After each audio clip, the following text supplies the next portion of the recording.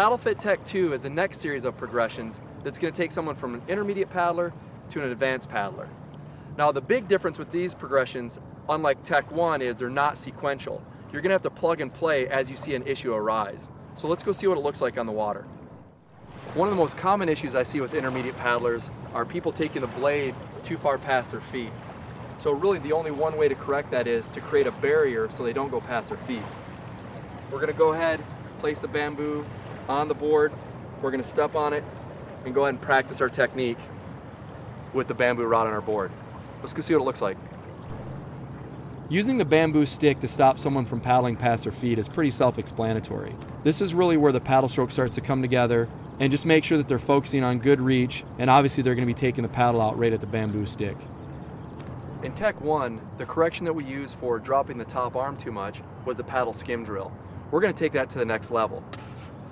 You can take a pen, you can see I already put X's in between my thumb and my finger, and what we're going to do is, as we're paddling, we're going to keep those X's in our view at the whole time.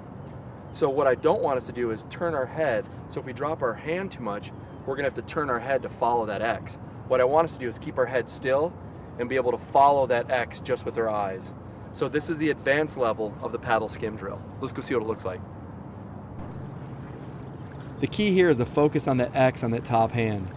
We don't want our head to move, we just want our eyes to follow that. If our head has to move, that means we're dropping that top arm too much.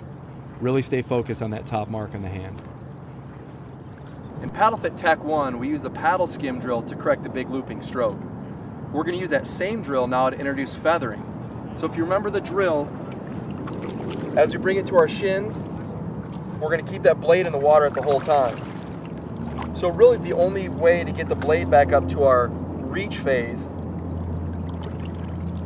is to turn it sideways and feather it. So as we approach our shin, rotate it around, bring it up through the water. Hip drive is the final piece to get you to paddle with the most efficiency and adding power and becoming fast. So I'm going to be anchored with a rope around my waist, and I'm just going to practice that hip drive motion. Almost like a kettlebell swing or a squat, you want that same hip drive going forward. Once you get used to driving your hips forward, we're going to go ahead and grab our paddle and just work on the timing of, as we're bringing our paddle back, we're bringing our hips forward. So if we get this in real time in the water, we're planting our paddle in the water and we're pulling ourselves to that paddle. So that's how you become fast. Let's go see what the final product looks like on the water. While I wholeheartedly believe that everybody's paddle stroke is individualized, there are some common characteristics. As you can see, good rotation of the upper body, good waist bend, driving that paddle blade deep, arms are nice and relaxed, head's focused up, that top arm is not dropping too much, and we're driving those hips forward. All common characteristics of a very efficient paddle stroke. These progressions from Tech2 are going to take someone from an intermediate paddler to an advanced paddler. You should definitely be using these in your clients, but more importantly, definitely use them on yourself as well, because you need to become the best paddler you can. So let's get our clients having fun and paddling better. We'll see you on the water.